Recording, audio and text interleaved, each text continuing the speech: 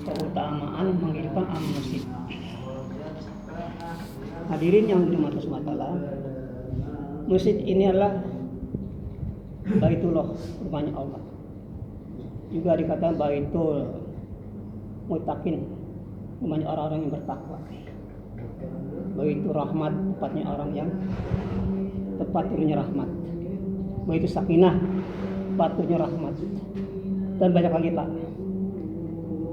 Jadi masjid ini sentra kebaikan. Maka di dunia ini tempat yang paling baik adalah masjid, dan tempat yang paling buruk adalah pasar. Ini dikatakan ya, Allah sendiri mengatakan, karena di pasar banyak perkara yang membuat yang banyak salah ya.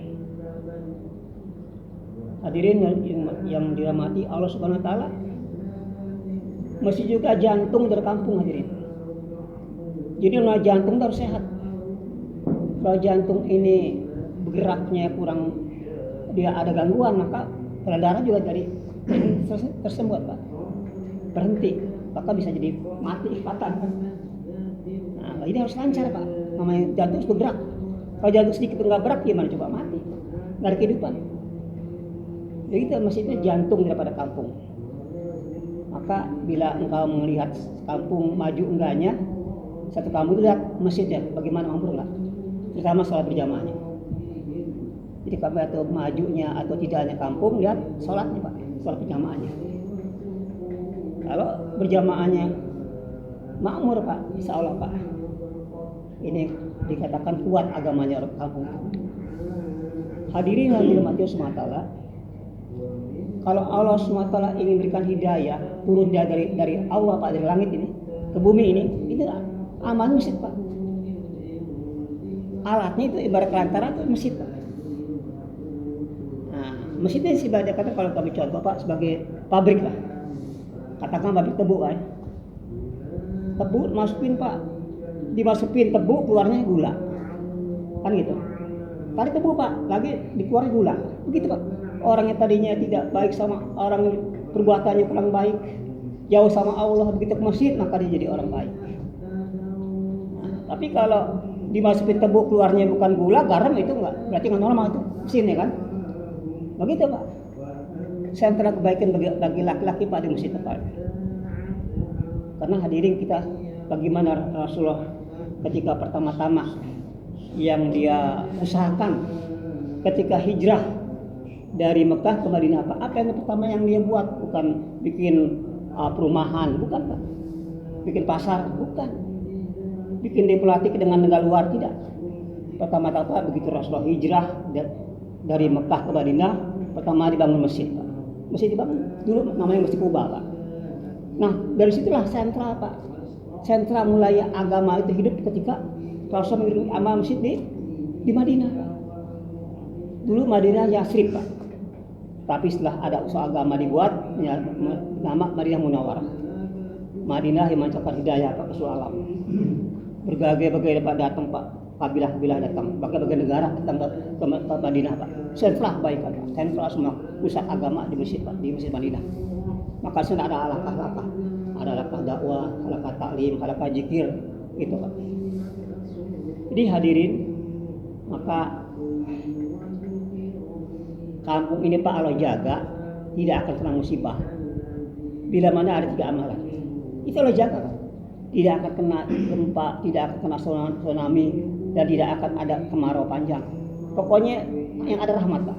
3 amalan aja Pak ada.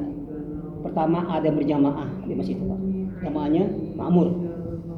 Kedua, ada orang silaturahmi mendatangi saudaranya muslim dari masjid ke rumah, mendatangi silaturahmi Pak. Ketiga, ada bangun malam munajat kepada Allah, takut akan dosa-dosanya. 3 ini ada Pak, subhanallah. Itu rahmat cucuran Pak. Nggak akan ada musibah. Kalau 3 kampung itu ada Pak, insya Allah Pak, saya jamin, ya, jamin itu Pak berkah. Tapi bila tempat itu nggak ada, berjalan seperti kosong ya, kemudian nggak ada bangun malam dan nggak ada orang yang udah silaturahmi. Nah, ini nggak heran Pak, kalau satu kampung itu banyak musibah kan, nah, tanah longsor lah, ya, macam itu banyak terjadi Pak kalau tidak ada amal itu dihidupkan Pak. Jadi hadirin yang dirahmati Allah Subhanahu wa taala, maka Rasul Pak pertama-tama yang dia buat Pak bagaimana mendatangi manusia dari pintu ke pintu, dari rumah ke rumah, dari door to door Pak mendatangi. Bahkan ke rumah Abu Jahal Pak, itu ke rumah Abu Jahal Pak 107 kali mendatangi untuk bagaimana diajak manusia kepada Allah. Sehingga akhirnya Pak Masya Allah itu Rasulullah memanggil orang-orang daripada kabilah-kabilah untuk datang. Maka Nabi berkatakan, wahai saudaraku, apakah kau yakin bila mana ada musuh menyerang dari sana akan menyerang kalian? Saya yakin kau orang yang orang amin. Engkau berbuat benar ucapannya. Cepat engkau benar. Nah, sekarang kata Rasulullah, saya ingin menyampaikan bahwa ada suatu kekuatan Allah yang memberi kamu rezeki. Dialah Tuhan, tidak ada satu selain Dia. Dialah Allah. Maka begitu Nabi mengatakan begitu Pak, orang sekampung Bang itu, hai Muhammad, untuk ini aku dipanggil sama engkau. Hanya perkara ini. Begitu Pak. Nabi tantangan menghadapi ini Quraisy sampai itu orang Quraisy mengatakan, wahai Muhammad, kau jangan lagi dakwah. Berhenti dakwah kamu. Aku berikan kamu raja, silakan jadi raja di Arab ini.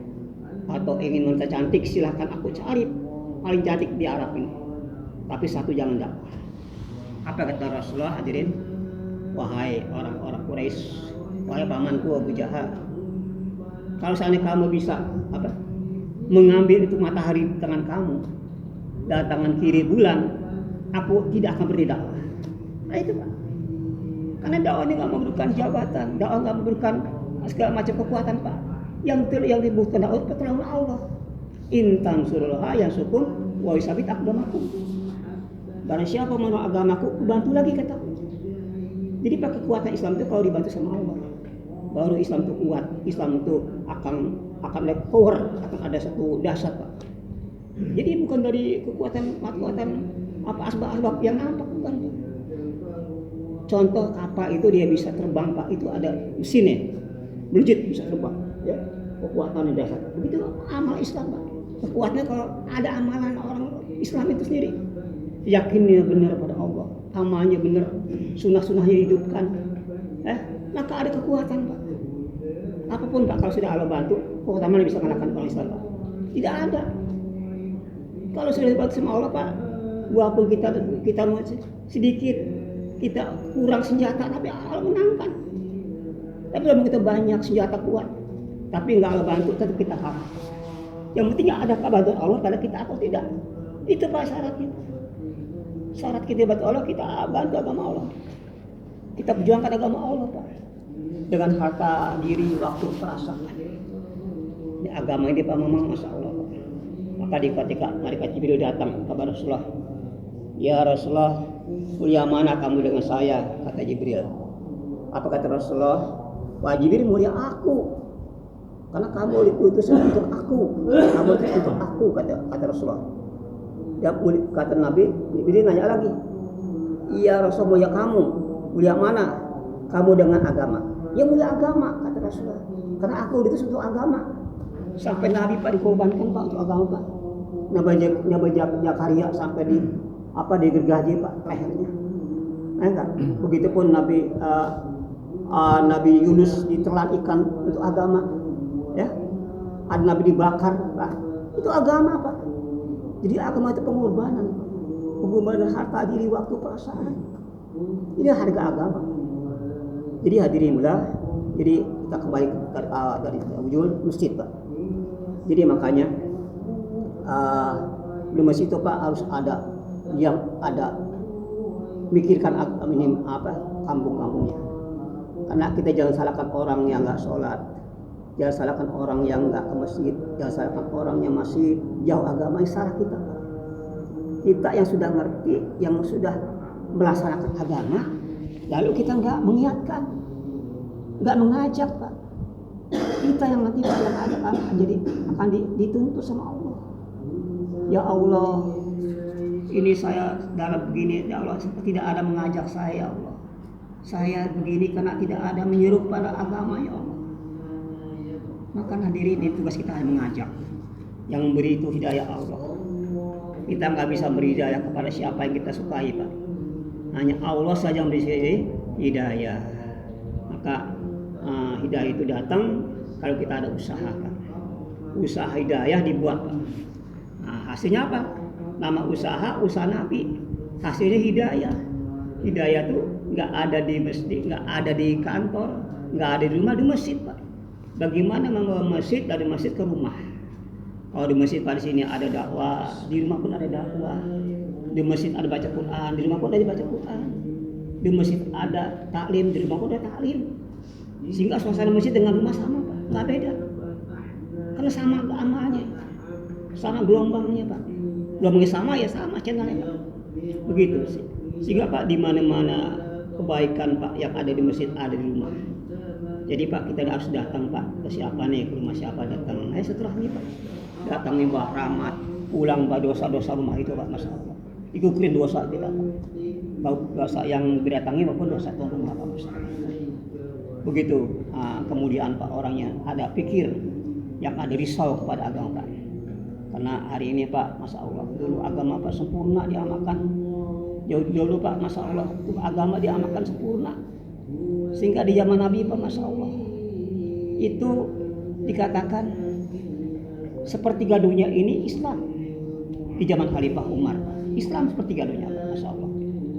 Sehingga begitu indahnya Pak.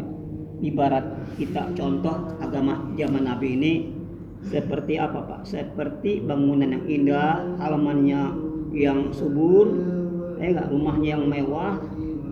Waktu itu katakanlah ada orang jalan kehujanan, lalu kita teduh Pak, kita ajak ke rumah kita, mungkin dia mau Pak, karena rumah kita bagus, indah, ya, indah, rumahnya juga indah, mereka orang mau teduh Pak. Nah itu zaman dulu Pak, zaman sekarang ibarat rumah udah bocor Pak, orang bocor, rumah kita bocor, orang ngajak pada Islam pada kita. Nah kata dia, ngapain rumah kamu? Rumah saya kami gak bocor, sama-sama hujanan, mendingan gue jalan aja orang gitu. Begitu Pak, kita sama dengan bukan Islam. Non Islam sama aja. Kalau dulu Nabi pengajak ada bukti, ada fakta Pak. Itu zaman Nabi Pak, orang tuh 3 hari masuk Islam Pak.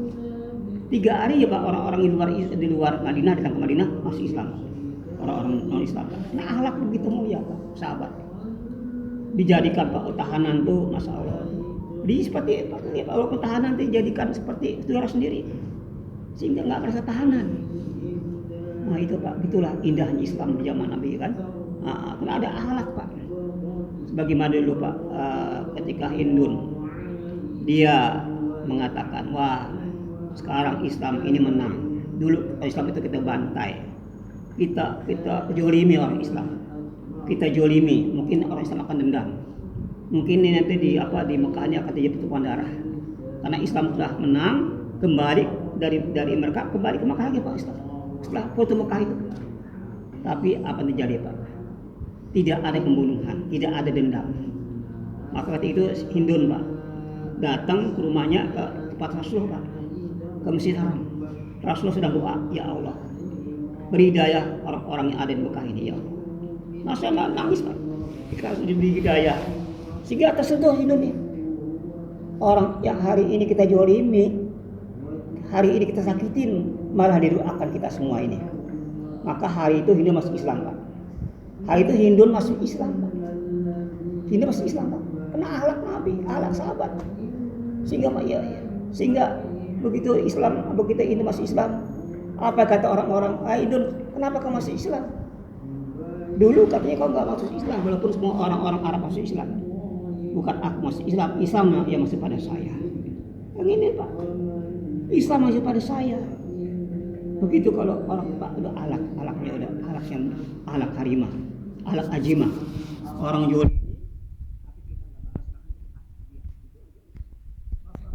yang hari-hari itu kalau lewat rumahnya dilempar batu, dilempar apa, sampah. Suatu ketika itu yang lempar sampahnya Pak, itu sakit. Maka Rasulullah tanya,